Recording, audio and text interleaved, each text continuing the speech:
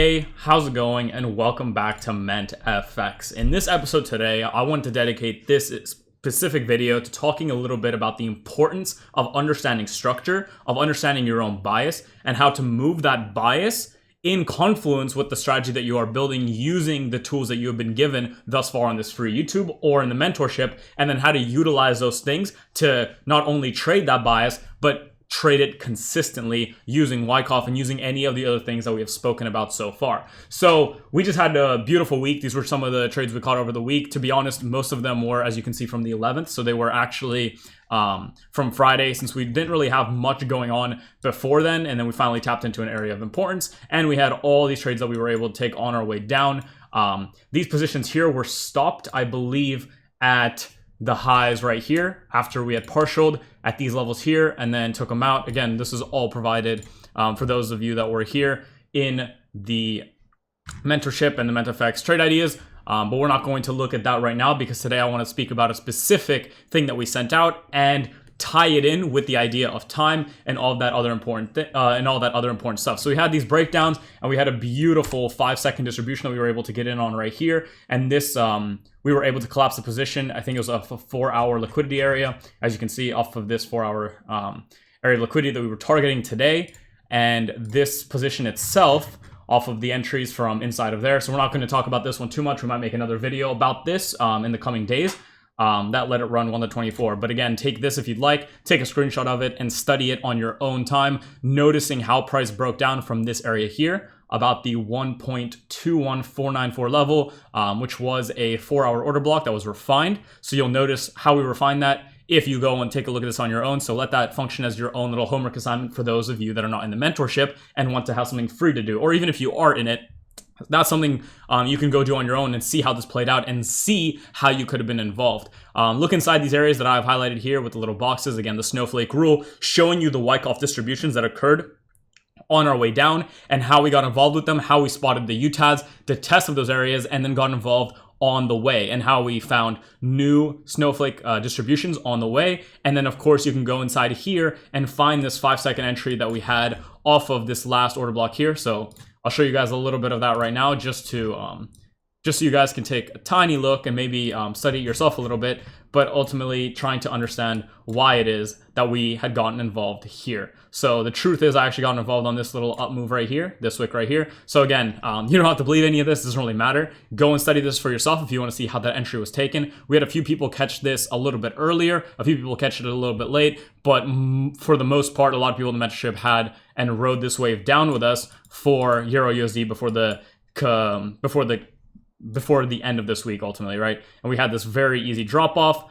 We collapsed most of our position here. I actually closed here because it was a Friday, and now we are just trading back up to test some more areas, which is great.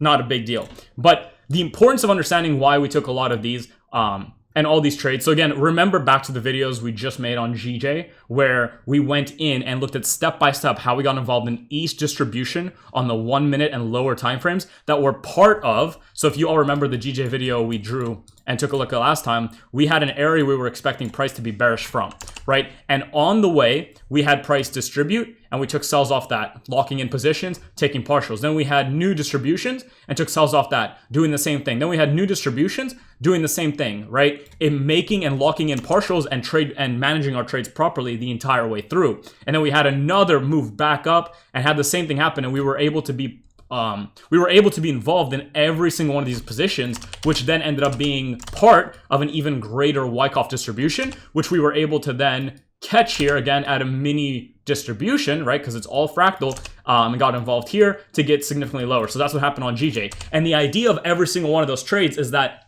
our bias, which was this order block, this POI, this area that we were expecting price to tap into and move away from, was being held and not being traded through. And when that happens, all you care about is sticking to your bias. So that's something we're going to talk about today. And what I mean by that is if we take a look at the 4-hour chart right now, right? Again, like I said, go back and study EURUSD this week and notice why we picked this specific area and why we used it. So you'll notice that we had this order block up here. If we get a little bit lower, you might start to notice it a little bit better. So again, I'm just going to do this for you so you guys understand the refinement, right? But ultimately, remember, this is the whole area that broke down, leaving behind the order blocks up here. If we get lower and lower, we start to see that there's nothing in here, with the exception of some last up moves before the down moves. As we get lower and lower though, maybe even to the 1 minute, what you'll start to notice is that we start to notice the things that we left behind. I think it was on a 30-second. If it lets us go back that far, yes, it does.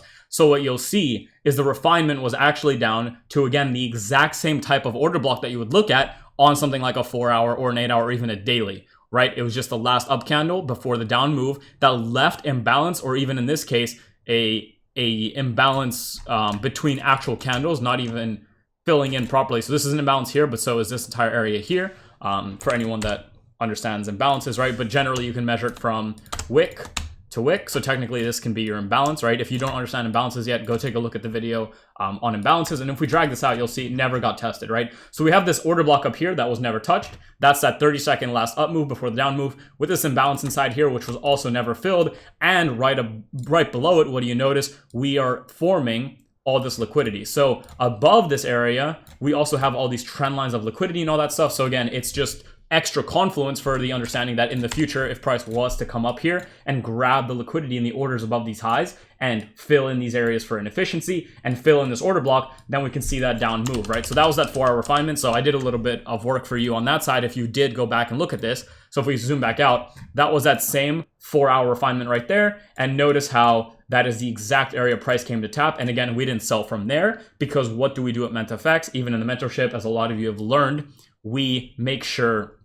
to confirm our entries by way of Wyckoff, by way of structure, by way of order blocks, inefficiencies being left behind, and the idea of price traveling from buy to sell momentum and from sell to buy momentum, the things that we have covered in and out in this entire channel. So a lot of you should definitely go back and watch the videos if you have not, or join mentorship and, you know, work your way through the core concepts there. Now, the mentorship itself, very quickly for everyone that's asking, you have access to this entire group with all the course content here and all the private content in here that you need when you sign up through this website. So this website is provided in the description. That's all you need to know. And again, make sure you're watching out for scammers, because there are people that are scamming. So let's get back into the actual video and talk about the idea of direction and bias. So as you can see, we had nothing pretty much play out during this entire week. At least for me, there were a lot of people in the mentorship that caught a lot of things. I wasn't looking at too much stuff except for this specific area on EURUSD.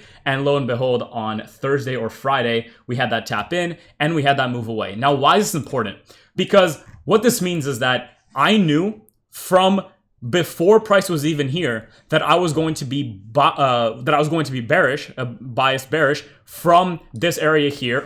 From this area here, if I were given some kind of setup, right? So the idea of this is that let's go to a white spot here.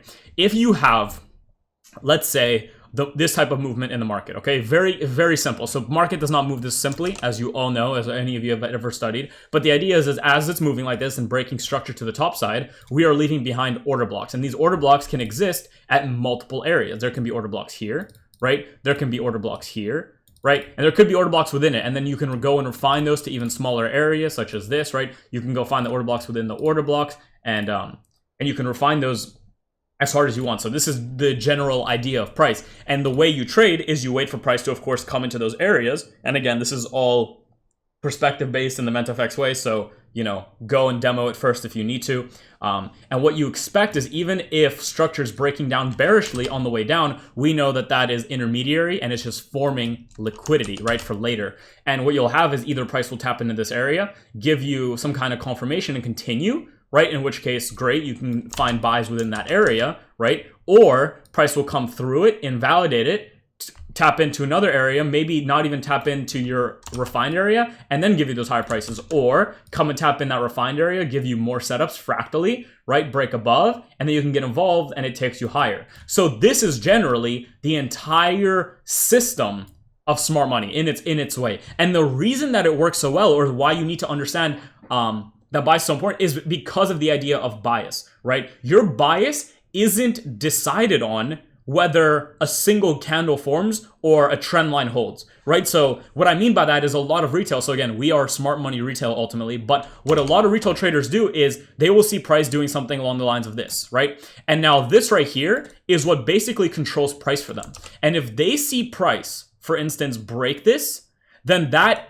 instantly gets them into what? a bearish market. And what you'll usually see is something of this sort. And they are left confused as to what happened here, right? And at this point, they don't know which direction or where their bias stands, because their bias is controlled oftentimes by support resistance or by trend lines. Whereas our bias is controlled by what we like to refer to as institutional order flow, because when order flow is in a distinct direction, especially if you jump onto a daily, a 4-hour, or some of the higher time frames, you'll see that bias holds for a while off of the order blocks that form. And why is that? Because of the amount of orders that need to be brought into the market. Now, if the composite man, so again, the composite man is the person with the most money in the market, has a bias that is bullish overall in this market, right? And their bias is bullish, then they do not want to get below important structural lows, because those lows will literally put the orders that they have that are buy orders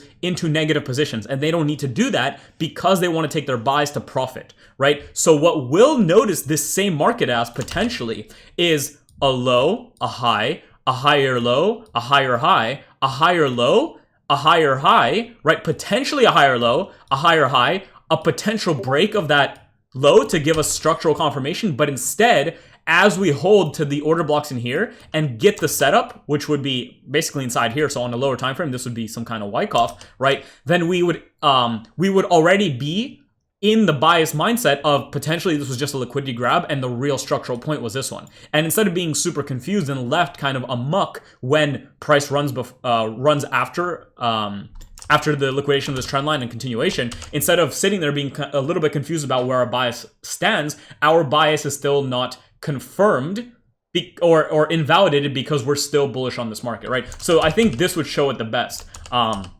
As you guys can understand, if our order flow is overall bullish and we have areas that we believe price can move from, retail itself in areas like this can get very confused because they start seeing trend lines like this form. They start seeing trend lines like this form. They start seeing those trend lines not break. They start seeing them present support lines or resistance lines, right? And they just try to continue selling into a market that is already in an area where it's being accumulated, right? So this is the idea of Wyckoff almost in its own sense, right? We get so low that we have the masses believing one thing, whereas all we're doing is we're accumulating those orders to continue in a given direction, right? So why is bias extremely necessary for this market and understanding it, especially when it comes to smart money? Because that's what's going to form the basis for where you're going to go and how you're going to trade it either profitably or not, and how you're going to manage your trades and all the stuff in between, right? Because when your bias is bullish, the bias should not be changed until a point is literally invalidated and then confirmed with the invalidation. What I mean by that is if you're bullish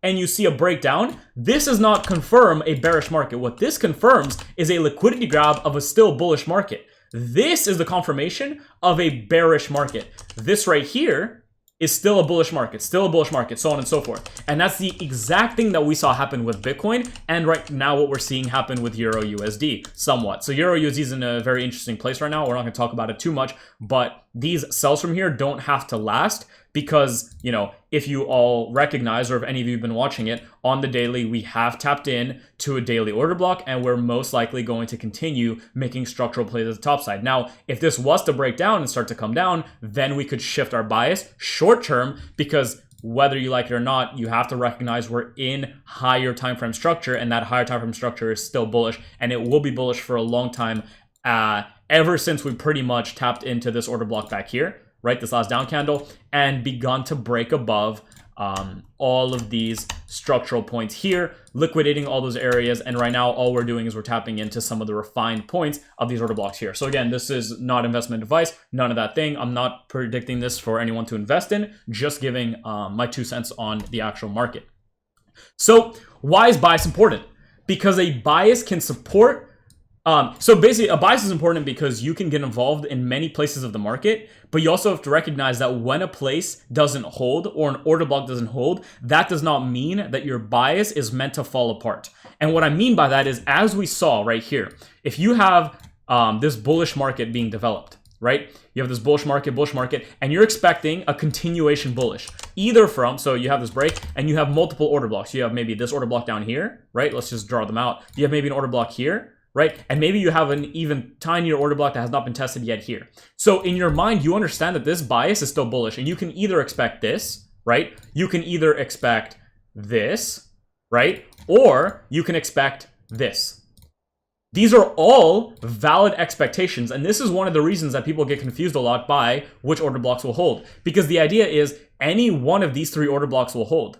The odds of this holding is probably smaller than this one holding because it's further into price and they might want to bring it here for better pricing, right? But the odds of this one getting hit are probably higher than this one getting hit. But if you were to get in on this one, then the RR that this one will present you versus this one or this one is going to be significantly higher. So this is where confirmation, this is where trade management, this is where your own criteria for entries becomes a very, very crucial factor in entering. And the reason I bring this to your attention is because if you were to enter here, right, and that fails, that does not mean that your analysis or your bias is invalidated or wrong, because the reality is this bias for this bullish move is still correct as long as this low does not become invalidated, right? Because ultimately what we're doing is we're trading structure, which is part of institutional order flow, because if we're trading structure properly, then the institutional order flow would not want to take price below an area where they have enough orders sitting that they would basically put their orders into negative, right? So why is this important? And let's talk about this a little bit in an actual markup. Okay, so we're going to talk about this EURUSD potentially in the next video. We'll see about that. Don't know 100% yet, but let's take a look at Bitcoin USD and again, speak about what surpassed on it over the weekend. Okay, so this trade right here, as you can see, let's go right here, was sent out on 207. So 207 was a Sunday. So this was actually a Sunday trade, right? So market was still not open technically. There was no session time. And concerning people that always ask me about kill zones and session times, the reality is I do not care for time zones whatsoever. Okay, the session I'm in does not matter to me. The time zone I'm trading in does not matter. Whether it's a holiday, whether it's trading hours, does not matter to me. All that matters to me is that spread isn't too high, right? So I can get in at good prices. And what else matters to me is that my criteria for an entry are there. And part of my criteria does not involve anything concerning time. The only thing that is available for me for criteria wise is the order block creations, the structural continuations, institutional order flow, and Wyckoff. And when I have those things and they've come together, whether it's during Asia, London, New York, or even Friday, or even Monday, or even a Saturday or Sunday, or a holiday, does not matter because that is still good for me to go. So again, for a lot of people that ask me concerning ICT and whether we trade the same, the reality is no. We're very different and we are very far apart from that. And you'll see that a lot in the mentorship for people that are here. You'll see the amount of people that catch absolutely beautiful trades in times where you technically wouldn't have expected it. We have an entire section dedicated to just Asian session traders. Okay, so I just opened this in a new tab just to show you guys where this was. So again, you can see the date here, February 7th, 2021, 2:17 p.m. EST. You can see that that was this time right here. So 1417, right before price came. Again, why it's important, and we'll talk about this in a second, because even here, right, a lot of you will notice that structure is moving higher, right? No one will question you concerning that this was bearish, and now this is shifting bullish, right? A lot of you can understand that even from retail backgrounds, this is a shift to bullish structure. Now, from a smart money perspective, buys can occur, as you can see here, from this area or from this area now, because there are 2 order blocks from which they can occur. Now, why did I choose this one? Because the odds of this one being the one is very low. And if it is this one, then of course I'd want to most likely have my stop loss here. And that's just not good enough RR for me. But on the other end, this one that is further out and the bottom potentially is the one I want to hold. And why? Because I understand that structurally we're moving higher. We're moving higher. So the odds, so basically if this gets broken, we are invalidating this start of institutional order flow. So if institutional order flow is bullish, it doesn't mean that, you know, all their things are in on the 5-minute. The idea is the beginning of that order flow that might become a daily new high or a daily new structural point is going to come from this 5-minute move. And this 5-minute move is where they're going to start to accumulate selling positions on behalf of retail. So retail or other or other companies or hedge funds or anything like that that are starting to sell into this or have been selling into this or adding on to sells, whether algorithmically or their computers are starting to sell into this because they're seeing these breakdowns or below these lows, whatever it might be, right? As they're starting to sell this, what we're doing is we're, again, accumulating orders. So that's when we undergo accumulations. And that's the idea of the snowflake again. Notice how it's a very weird looking Wyckoff schematic, right? Our selling climax is here, AR, the ST is a little bit below it. The ST&B drops really lowly, kind of looks like it's a selling climax in itself, right? The spring happens, then we have a mini sign of strength, another sign of strength that is still below the AR, right? So in reality, it's a very weird Wyckoff schematic. And what's interesting is you could go inside this, right? You guys can go test it yourself, go to the same time if you'd like to, go to a 1 minute or even lower, and look inside of these areas here. You'll most likely see a much better Wyckoff accumulation in that area, right? You might, if you get lower, see selling climax, AR, ST, STB, spring, and you might see a really good entry before that actual move up happened, right? So before this actual move up happened, you might see actually great entries in here, and this might not be your actual Wyckoff. But the importance of bias is that once you have created a bias and you have found your Wyckoff, or you found the area that you wanted to get mitigated, and then your bias begins to form, you want to stick to that bias until it is invalidated. Now, the only way this bias right here for me is invalidated is if this low, this specific low, gets broken, because at that point we've already filled in most of the stuff we need to fill in here, right? This is the last possible area in the structural play, and if we break this, all we're doing is we're potentially looking to break down the structure, and this might be a redistribution, right? So for a lot of people asking about Wyckoff and understanding distributions, reaccumulation, stuff like that, a lot of that understanding or being able to differentiate between the two will come from setting a bias up, which is again why I stress the importance of bias in this market. When you understand what your bias is and what your bias technically should be, and understanding how that bias can be mitigated, that changes when you will be involved, when you should get involved, and when you stop getting involved, right? So you're not constantly flip-flopping between sells and buys. Now it's different when you're counter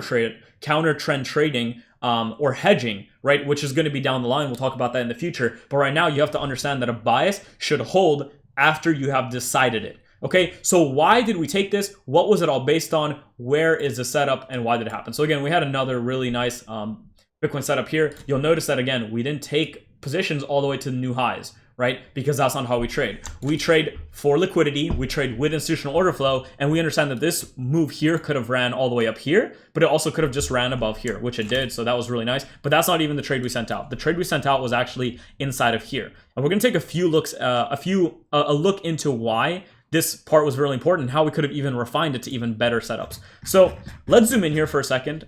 It's actually, I believe, on a 5 minute. Let's zoom out here. Let's open up our replay tool. Let's go inside here, right? So you can see that setup is right there. We had, in our webinar, we spoke a little bit about this refinement. Don't worry about that too much. Let's go just to this open. As you saw, that was the open we were looking at. So, and the low was right here. So if we control that on, you can see it never got hit. Ever since the tap, it was just in straight profit from there, right? And that's that same exact setup you see. So actually, let me just do this for you guys so you guys can see this relatively simply. And we'll go here really quick. Actually, we'll go to the picture we showed you here, right? You see the time, everything that you need to see. Here's that red box, just from that wick to this wick here. So let's make that red box the same way. From this wick to that wick here, right? Same thing. Let's make that red, just so you guys see that it's the, so you guys see it's the exact same thing. Here you go. And the entry itself, as you can see, was put just on the open with the stop loss just below this low. Just a tiny bit, so we can do that as well. So here's at the open, so let's go right to the open. So we actually took it off this one, but you know, this is fine.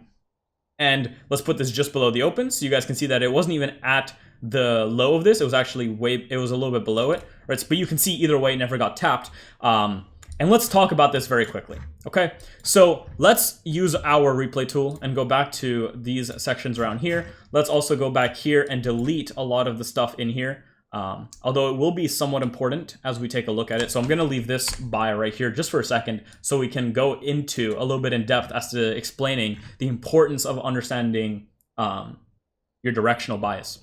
So as a lot of you know from the video we created a while back, we were talking about the future state of Bitcoin. And I think the time we made that out was actually right here. So price was about here when we made the video that we released on Bitcoin. If you have not seen it yet, please go watch it because, you know, it'll show you what how basically our bias played out into the future. So again, for anyone that was doubting, a natural bias, you'll see how we held it. And the idea was, if we go to a daily chart now, ever since this high was made here, I've said one thing to everybody. I've said that we can look for a continuing bullish structure until our points are invalidated. How do we invalidate this bullish structure, right? So we have bullishness, bullishness, bullishness, bullishness, bullish, bullish, bullish, bullish, bullish, still bullish, bullish. So what's our next expectation? For price to come into here, give us more bullish signs, and continue to new highs. Where can those new highs be seen basically above is right here, right? So you can think about this in the form of ranges if you'd like to. So you have this range right here, right? And ultimately, the way you have to recognize it is that if we get below this area, then we've most likely begun to invalidate our bullish scenario. However, until this is broken, we are not invalidated. And this is very key to a lot of your trading, because a lot of you might be entering for buys maybe in here, right? Maybe with a refined OB inside there. And when this happens and you get liquidated with this wick right here, you start to wonder, or you start to actually sell into this market thinking that you're going to go lower. But the reality is it then ends up holding, right? And going higher. And you wonder what happened. But the reality is the bias that you should have stuck to and that you believed in the first place is the one that held. And why did it hold? Because the order flow is still bullish. So even though we have all this movement inside of this area, the actual order flow is still bullish from these points, right? So there's no point to drift away from that. So in that video, as a lot of you remember, I said, stop trying to call tops, stop trying to call bottoms. There's no point. You can call a 20K top, right? So I know that some people, I don't know, I think Ice-T called 20K, then he called a little bit higher, then a little bit higher until it made completely new highs. And I'm sure a lot of other people call some other stuff. I'm not sure, so I'm not gonna put that out there 100%. Maybe Ice-T did call the higher numbers, but the idea is, I didn't call anything because I understand that order flow can continue going. The only thing I called was that it was going to be bullish until it wasn't, right? And the reality is it's been bullish until it won't be. So even right now, as it's drifting at around 48.2, 48.2, or maybe even a little bit higher, I don't remember, the expectation is still continuing bullish, because all we're doing is creating an area where order flow is still wanting to go bullish, using that area to shift even more orders bullish, and then taking them to higher prices. Doing what? At places of liquidity, taking profits, which is why our targets end up being these areas here. So what's interesting about that, and how do we talk about that a little bit more in depth? Well, as prices came down into those areas, we actually did end up finding good opportunities for buys from this order block here, right? So a lot of you will agree that this is an order block. A lot of you might have been looking at this, and there was actually a lot of great opportunities inside here on the 15 minutes, 5 minutes, and even lower that gave you opportunities for buys. And those buys went into profit, gave you partials, and then came back to break even or to stop you out at a potential trailing profit, right? Wherever you might have had that. Now, when that got stopped out, we, even in our mentorship, started to see people shift bearish. But the reality is there are still points in here that should not be leading you to move bearish yet. Because the idea is we're still just moving deeper to create more liquidity to enter new positions to go even higher. And that's exactly what we see happen. Price came back down, traded into the order blocks in here. We refined it to this 50%. You can see how perfectly that hit. We had accumulation here. We had the test of accumulations on the way. We had more tests in here, and then we had the break above. And on the way up, we had buys inside of here, which were very beautiful. And what's funny is we're not going to talk about all these buys in here. There were buys beforehand, which were the same as this buy here, right? So there was a buy we took beforehand inside of here that we could have went and took trailed profit at. So, we make a high, come down, make a new high, trail right here. Not trail, but lock in partials at 1 to 3, right? Continue going higher, potentially lock in more. I don't think I would have, right? And price would have fallen back down to this area here, locking you in the last 0.3, and that would have been the end of that. That's exactly what happened in this little buy right here that you see, right? It didn't continue higher like we were expecting, but because it didn't, doesn't mean that we shifted bearish and expected it to break down. All it meant is we were going to go deeper into this order block, which was again refined on a lower time frame, and that's what we did here. And we had a great setup, a nice Wyckoff opportunity there. Again, you can go and study this on your own if you want to find them. And then we continued going higher. Now, as we continued to break higher, what did we do? Okay, let's zoom into this and again, take into account everything we spoke about so far. We are still bullish on this market. There's no reason not to be, right? And this is going to also help a lot of you that are dealing with the stress or the idea of understanding if you can be a scalper or a swing trader in this market. The reality is you can be both very easily, because a lot of my scalps can become swings, right? The idea is you can just buy these order blocks right here if you want to, right? This itself is an order block, right? Here's your move down, your move up. So structure's doing what? It moves down, moves up. Structure's bullish. Price is going to want to come back into here or lower and continue bullish, right? That's how we're going about this. The same way we looked at the daily. The daily had, right, like we said, this move down, continuation bullish. We were looking for that move back down, the continuation bullish. We're doing the same thing on the 4 hour now, and there's no difference. The only difference becomes emotional for you guys, right? We're having this move down, this move up, and we have the order block that we left behind with the imbalance inside of here that we want to see filled for inefficiency, and we can go and refine this if we want to, right? So what you'll see is there was actually another, yeah, as you can see, there was another buy opportunity we had in there. So we'll take a look at that lower, but this we then refine to that lower area there. So let's actually go back to the refinement of that. There it is. So that's the refinement, right? So our bias was bullish. And the idea is this bullish bias right here. Okay, so we have up, coming back down, expecting up. The only way this bias breaks is not even if this low breaks. If this low broke and we lost this trade or we were wrong about it, we are still primed to come maybe deeper into some order block here or even in here to go higher. Because the reality is the bias has not shifted until we have taken out important vital lows or highs. So we shouldn't shift our bias until that happens, which is why bias and directional order flow and understanding that with institutional order flow is one of the key elements to institutional trading, okay? So let's talk about this one a little bit. Get a little bit lower. You'll see that we're starting to refine that area again, right? So that's that 4 hour area refined. Again, you guys can go and refine this yourself to understand why I refined to this. Again, now it's just the body of this 15 minute. If we go to the 5 minute, I'm sure we could find the refinement. So again, now it's just a 50% of this order block, which might have been the actual refinement. So let's zoom back in on here and see what we refined it to. If we did refine it more, it does not look like we did. So again, you could have refined it to potentially these wicks here, to potentially this order block here, or like we did, it was that 50% of the order block here. Now we move back to the right and the same thing is happening. We're expecting bullishness already from this area. As price collapses to that area, we get our selling climax, our automatic rally, our secondary test, creating intermediary lows, our ST&B that liquidates those lows, a move up that's still bearish, testing areas of this bearish moves, a move down, a spring, a liquidation of the ST&B, exactly what Wyckoff needs to present us, a break above potential structure, a move back down that fails, a move above that breaks more structure, leaving behind the setup that you guys see that we presented in the Discord. And again, the Discord's available through this link right here in the description. Now, that happens, and we have left behind an order block here and an order block here. So we have two areas that we can be buyers from. Now, what's interesting is this 5 minute order block right here was refined. And we actually took a look at this on one of our webinars. I'm going to show you guys very quickly. You see this little red area here? That's a refined order block that actually got tapped. Again, we didn't trade that low, but the idea was, so let's go into this private little thing I made just so I can show you guys. The idea is on a 5-second chart, this is technically your last low that had a little bit of imbalance inside of here that acted as the final order block before the move up. And theoretically, right? Again, we didn't do this. We traded this open. You could have traded this too. This was a perfectly fine trade to trade off of that final area, and you can see that it actually got tapped absolutely perfectly. So I just wanted to bring your attention to that and show you how refinement can work.